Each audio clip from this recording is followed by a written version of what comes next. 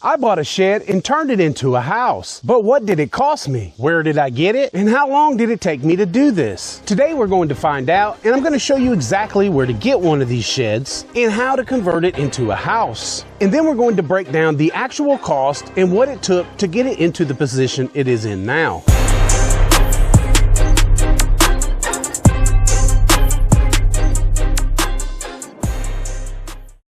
So if you're tired of renting and you want to own your own house like I did, then this just might be a great way to do it. I know a lot of you are tired of renting, but just can't afford to own your own home. And that's the reason I want to break down the actual cost for you. Let's start with the size of the house. This house is 28 foot long and 12 foot wide. I priced a house like this yesterday, and it's going to cost you around $10,200. Now, when you get one of these, it's going to be a vacant shell inside. That means that it's going to have no insulation, no wiring or anything in it, but the walls and the floors will be installed. Now, I did pay cash for this little tiny house, but they will finance these things. So if you're like me and you were a little late in the game of retirement, something like this could also be the answer. Or maybe you're just young and you want to start out owning and not renting. Okay, so let's start with the outside of the house here. The gutters that we put up here are very cheap. They're going to run you just over $100, probably $150 for the whole kit. That makes it possible to catch the rain and put it into this water tank. This water tank is very expensive unless you buy it used like I did. If you buy one of these new, it can cost you around $8,000 to $10,000. If you buy a smaller one, you can get it for about $2,500. But then you're probably looking at more like 2,500 gallons for a tank. I lucked out with this one and I traded a $200 golf cart. And so you definitely want water coming to your house. And so the water comes out of the tank here, goes into this valve box here where there is a turn on. And then it comes into this box here where we have the pump that pressurizes the house to 70 PSI. It's actually working very well. And this is working off 12 volts right now, the same type of pump that you would have in an RV. Tomorrow I'm going to buy a dedicated battery supply for it, but right now I'm just running it off of my lawnmower battery. When you're out here off the grid, you learn to improvise. So the pump was about 150 bucks, and the plumbing's cost me about 150 bucks on the outside here. Not too bad, but we still have some plumbing cost on the inside. So this used to be a water pump storage house that I had, but now it's just kind of turned into a junk shed. This is our 14-foot above ground pool here, in case you haven't seen it. There's nothing special about a 14-foot above ground pool, let me tell you, except the fact that this is all off grid. And this water all came from my rain catchment system. Now that's pretty cool. Now, if you don't normally watch my videos, I will let you know that we do have electricity going to this house, but it's not the electricity that you're thinking. This is off grid electric. This electric comes from solar panels, and I'll be showing you that system here a little bit later in the video. But now we're going to go ahead and go inside, and let me show you what we've been working on here in the house. So it's not the greatest thing ever. Isn't that right? We're still cleaning up and we're still working on things, but we've been working on the interior of the house. So the house right now is practically vacant, and what we've done is put up insulation, water lines, electric lines, walls, and ceilings. The floors are still to come. Here are the floors that we've purchased. They're kind of a grayish color, and it's a Traffic Master coming from Home Depot. Here is our unfinished bathroom, but it looks pretty good so far. And this was an idea that my wife had. She wanted to make the walls shelves in here. So we left the 16-foot on centers here, and we sunk in our beadboard paneling here. And we're going to be putting our shelves across each of these. So she'll have a ton of shelves in the bathroom. And there's our famous compost toilet. So we're going to be putting a sink here from Home Depot. We checked the price on it. It's about 400 bucks. The shower here was about 700. And I'll get you the price of all of the paneling in the house and the recessed lights when we're finished. Now, I'm telling you, you've got to love the way these houses are built. The Mennonites are the ones that actually build these houses. All of the wall structure 2x4s are 16 foot on center. They actually use real plywood here and not flake board. Everything in the house is well put together, along with hurricane ties on the roof. So you can't see it yet, but you have to imagine it. The white walls, the white ceiling, and the gray floors. And then we're going to be painting our cabinets white. And then our trim is actually going to be black around the ceilings. Everything from the floor up the walls and in the ceilings will be black trim,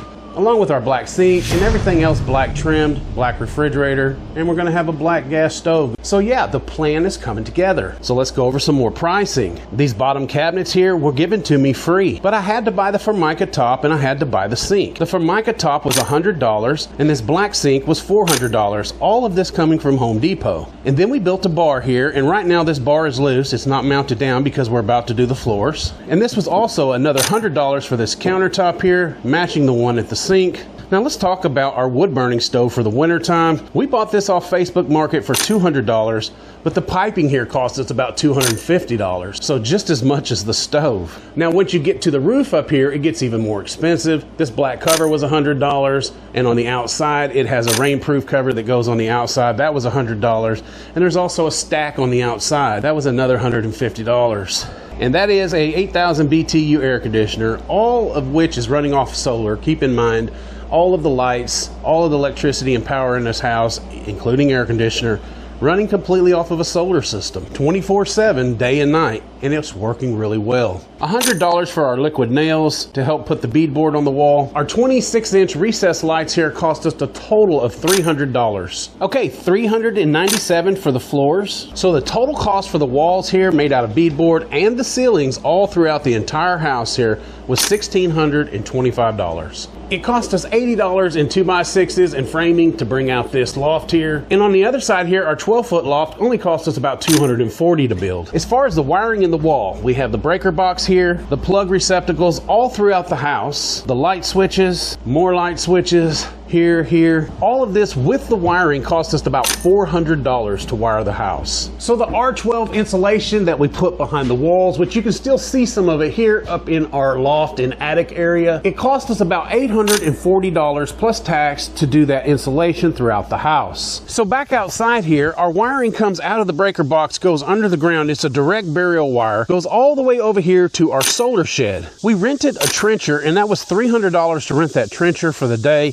And we trenched it under the ground here about 2 foot deep all the way to the shed. This here is our solar shed that houses our batteries and our inverters. You may have seen this in one of my previous videos. Right now we're using the EG4 inverters powering the house, and we're still testing these DE batteries.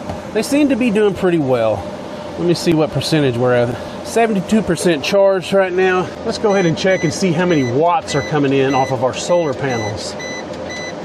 2,270 watts on that one, and 2,320 watts off that one, giving a total of about 4,500 watts. And that's what our 20 solar panels here are bringing in right now. It's a very nice and clear sunny day, and it's about 10:30 in the morning, so we're doing pretty well right now. We'll be fully charged here in the next couple of hours. And just to let you know that system right there does run our cabin 24/7. And if you're interested, the total on that system right there would run you about $5,200 right now. I'll leave links to everything that I've showed you in the description of the video here. And remember, I'm going to show you exactly where to buy one of these houses. So let me show you how simple of a septic system we have for the kitchen sink here. It's just gray water coming out of the kitchen sink here. The pipes run down here, below the house, out of the house, and into this box that we have right here. This is our actual gray water septic for the kitchen sink. The only thing that's under this box is a hole with gravel filled in it. The water comes out of the sink into the hole and disperses into the earth. It is a very simple system, a very simple setup, and it works. We don't want just water running out of the pipes onto the ground out here with food particles and things like that in it, and flies and bugs and dogs drinking it and whatever. You just don't want that. So a gray water septic like this where I'm at is legal, and it works great. Now if you remember, the shower is in the back corner of the house here, and right here coming out of the shower, you guessed it, the gray water septic. That gray water septic is here underneath the ground, built the same way as the kitchen septic. Now, keep in mind, I do own my own track hoe now, so I'm going to be building a large septic system for the whole house. If you do want to live in a tiny house like this, you have to have a place to put it. And it has to be a place legally that you can put it. I know that way far out into the country, in a lot of counties in Texas, they will allow these things, no problem. There are a lot of counties in Texas that are off-grid friendly, and you have that same privilege in Oklahoma. So when you're in the country, you're in the county, and you're driving down the highways, a lot of times you'll see those sheds on the side of the highway for sale. Well, that's where you get these things. People are building these things all over in the county. Now, you do want to pick the right builder and make sure that the siding that you have on the outside is wood and that you don't have metal all the way around the building. Those are cheaper, but they're not going to make for a good home. I also wanted to tell you that you could look on Facebook Market. I have talked to many people on Facebook Market that are selling these shed to houses. Some of them even sell fully furnished houses. They have in-house finance, and they also have bank finance. If you're smart, you're going to save up and pay cash for it. That's going to save you a ton of money buying one of these. So there it is. Now make sure that you have enough land to put one of these on. Make sure that the land that you put this on in the county that you put it in will allow you to have a tiny house. Some of these counties have a clause where you can only have a structure that's over 600 square foot. So if this is something you want and this is something you like, do it.